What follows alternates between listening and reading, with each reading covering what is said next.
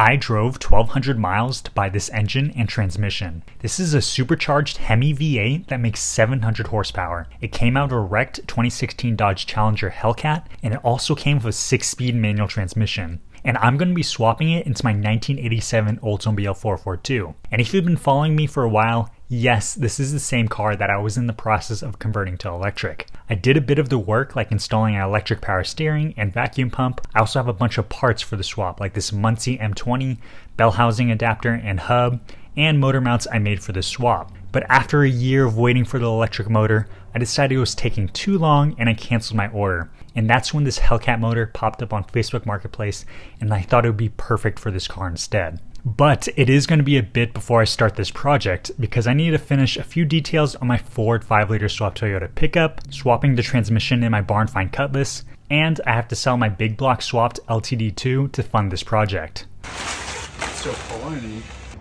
Sure. Okay. You can drop it. But it's there. Yeah.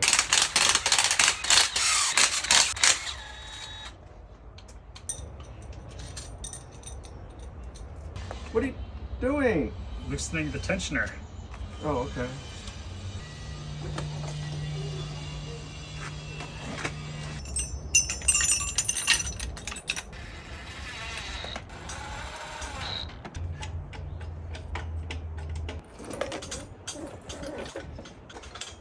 How much do you think that supercharger weighed? Okay. Ooh, okay, cool. We can drop the transmission now. Oh, okay. There it goes.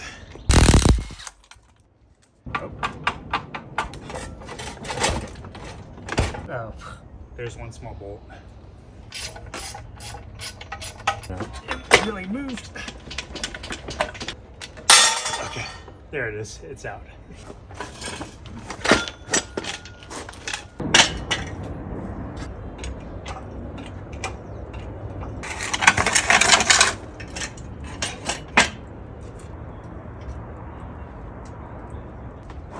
Okay.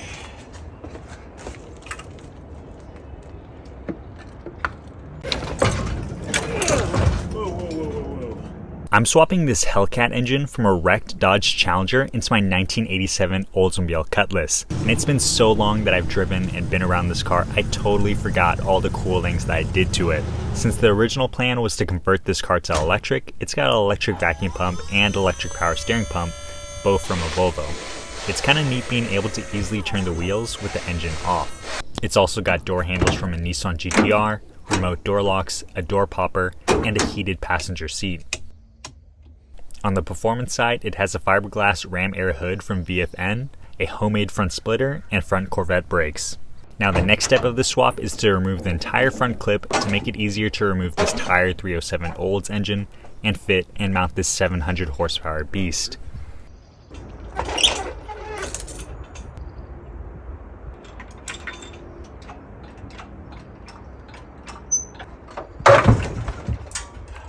There we go.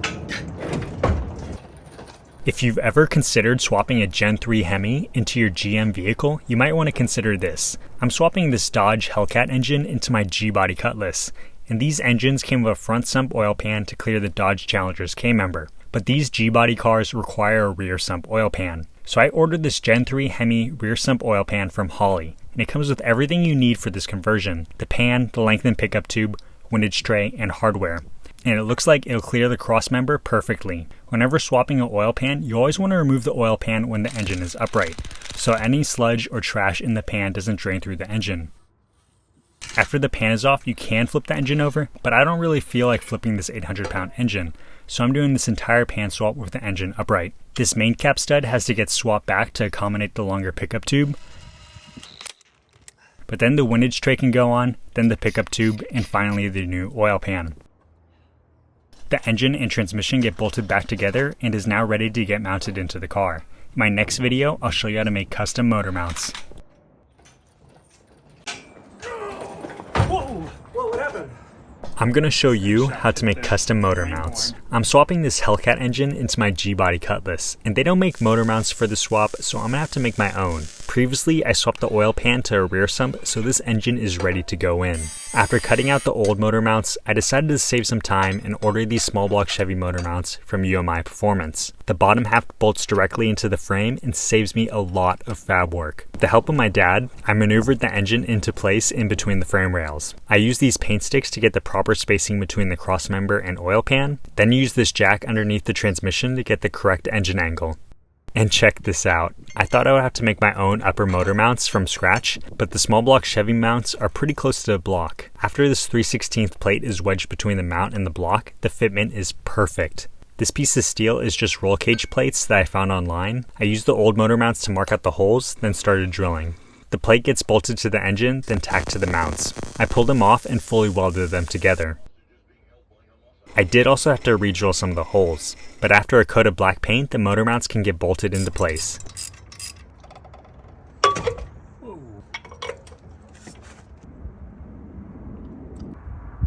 And it feels so good to lower the engine hoist and have the engine properly supported between the frame rails. I am going to have to notch part of the frame to clearance the alternator, but that should be pretty easy. Now I just have to make the transmission mount. This is my Hellcat swapped Cutlass, and now that the engine is mounted and secured, I can focus on the transmission. The engine is tilted too far back, so the transmission needs to come up a bit. I had already cut out the old floor shifter and cut a hole for the new shifter, but with the transmission raised up all the way, it is hitting the transmission tunnel. So I made this mini transmission tunnel extension, and after pulling out both seats, I can cut the tunnel and weld it in. I did have to cut the shifter hole a bit bigger, but once it's clearanced, I can bolt the new shifter in. The shifter that I'm using is this really nice unit from Hurst that fits the TR6060 transmissions, and it surprisingly has a really short throw. Once the engine angle is correct, I need to figure out a way to secure the transmission. I did order this adapter from Hooker, but it is going to be a few weeks before it arrives, so for now I'm smoothing out the crossmember, bolting it in, and letting the transmission rest on it. With the transmission in place, I can bolt in this custom drive shaft, which was crazy expensive. It cost me $1,800, or about 2 months worth of food. Back to the interior, I decided to install this fancy ammo can center console, this Holley gas pedal, and this Oldsmobile sports wheel. I did also bolt back on the fenders and hood to get this car ready for transport, because the next time you see this car, it will be in Nashville. This is my Hellcat swapped Cutlass, and it is finally in Tennessee. Now that I'm a local, the goal is to have this project done and at Holly's Mopar Party event in September in Bowling Green, Kentucky. And there's so much that needs to happen between now and then. With the help of a coworker, I pulled the hood and intake, then removed the entire front clip off again. I can then pull the engine and transmission, and honestly, I really miss having my dad around to help make this easier. With the engine on the ground, I removed the transmission and installed this brand new Hayes clutch and hydraulic throwout bearing.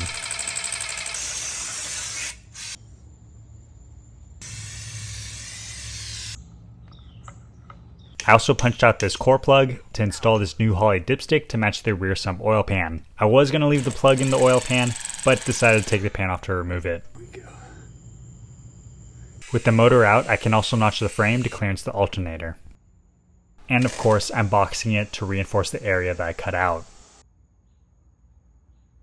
Finally, I'm prepping the firewall for paint, but you'll have to wait till next time to see that. This is my Hellcat swapped Cutlass, and last week I pulled the engine to notch the frame and install the clutch and flywheel. With the engine out, it's a perfect time to repaint the firewall and frame. I first removed the brake master and booster, then cleaned the bare firewall with some degreaser. Once it was dry, I scuffed the flat areas with 180 grit sandpaper and used a red Scotch-Brite for the hard to reach places.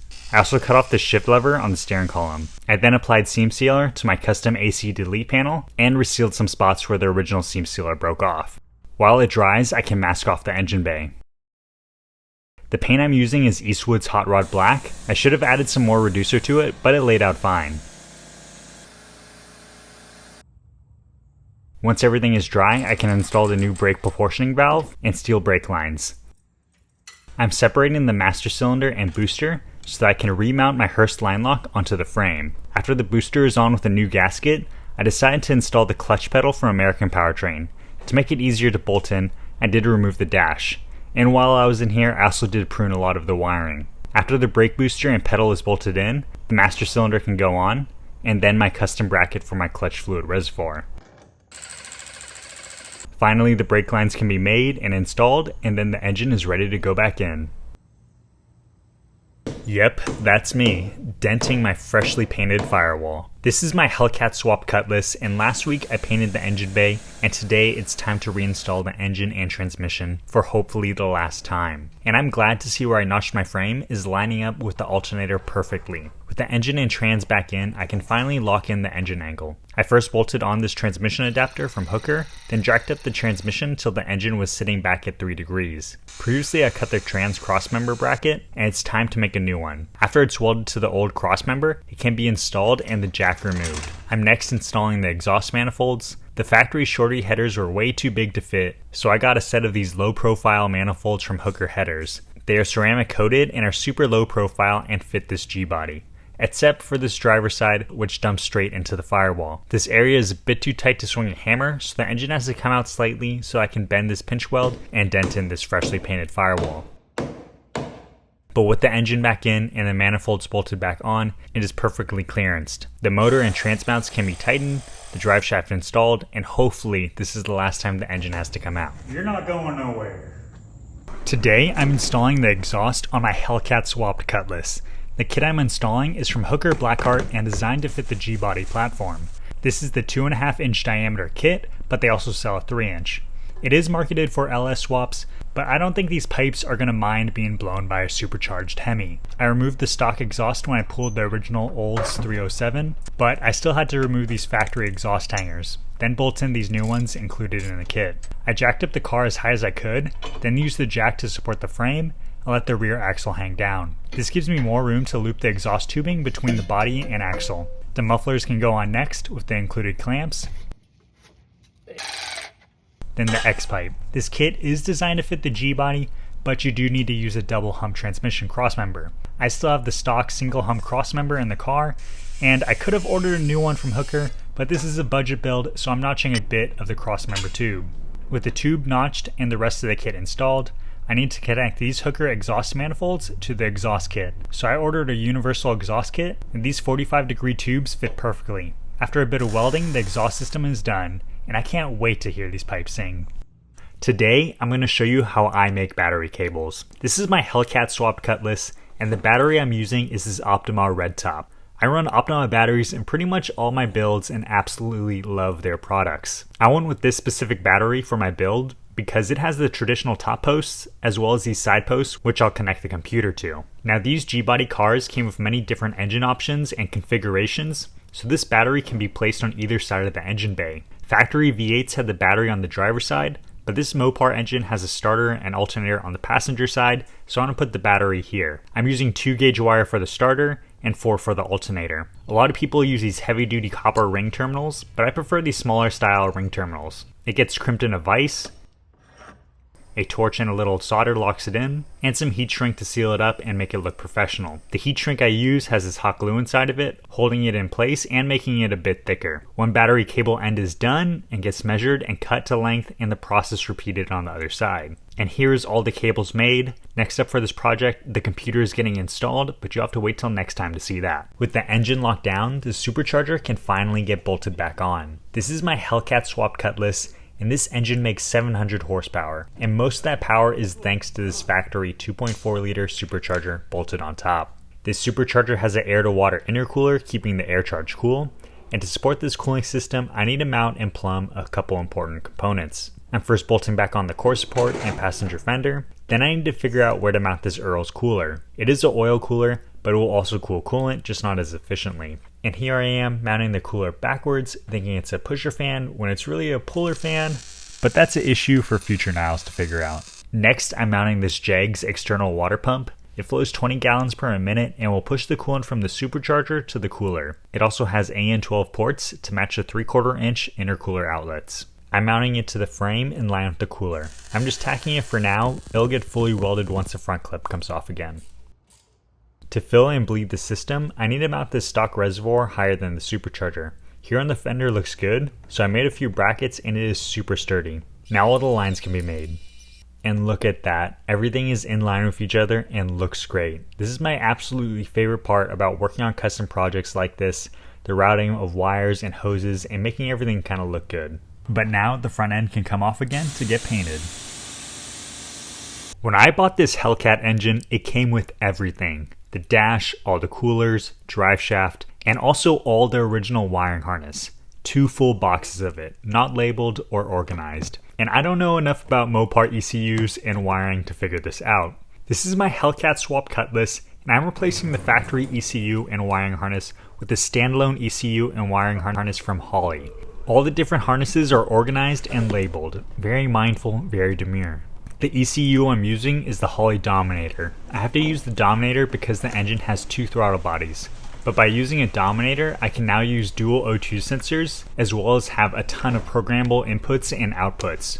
I'm first plugging in the fuel injectors, then the coil packs, then the main harness can be installed. A lot of the factory sensors can be used with the harness, like the oil pressure, water temp, and cam sensor, but I'm going to change the crank sensor to the Holley recommended one. A Holley fuel pressure sensor gets installed into the fuel regulator, and a Holley 3-bar map sensor gets mounted and connected.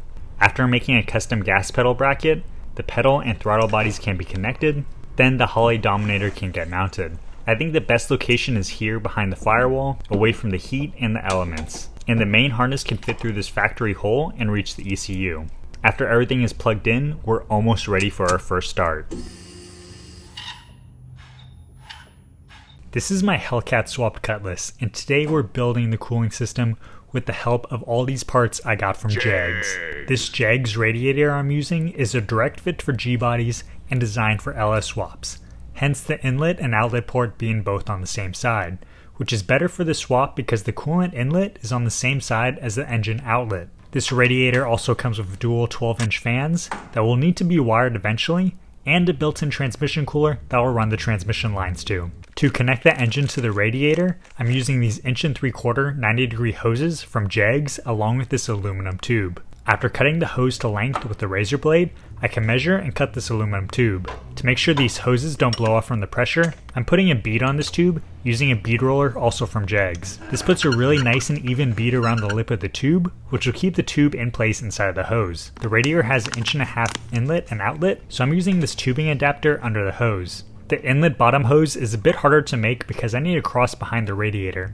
but I have enough 90-degree bends to build it. Everything is secured with these hose clamps from Jags, and now I can fill the cooling systems with this very bright pink coolant.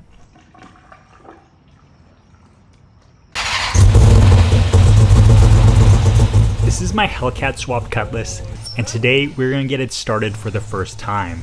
The radiator's Bluetooth connection isn't quite working, but that's okay, I don't plan on running it too long. Other than cooling, we have everything we need to run: exhaust, engine management, and fuel. To fuel this engine, I mounted this Holley 3-gallon fuel cell and installed a 450 liter per hour fuel pump. It has AN10 feed lines and an AN8 return. I did remove the stock gas tank, so for now we'll be just driving around with the 3-gallon fuel cell. I tightened all the fuel lines except for this one feeding the fuel rail, then ran the fuel pump to clear the debris in the lines. Last week I mounted the Holley Dominator ECU and plugged in all the connectors. After plugging in my computer, I can upload a bass tune and crank the key. And yeah, I got nothing guys, but luckily my friend Ryan from Gearstar introduced me to his friend Tony from Street Machinery, and he was able to send me his bass tune, and after I uploaded it, the engine started to write up. So huge thank you to Street Machinery. I definitely was not smart enough to figure this out without their help. It does run a bit rich, but that's okay, at least it runs. But now I'm going to put the fenders back on and plumb the radiator. And hopefully next time you see this car, it will be driving.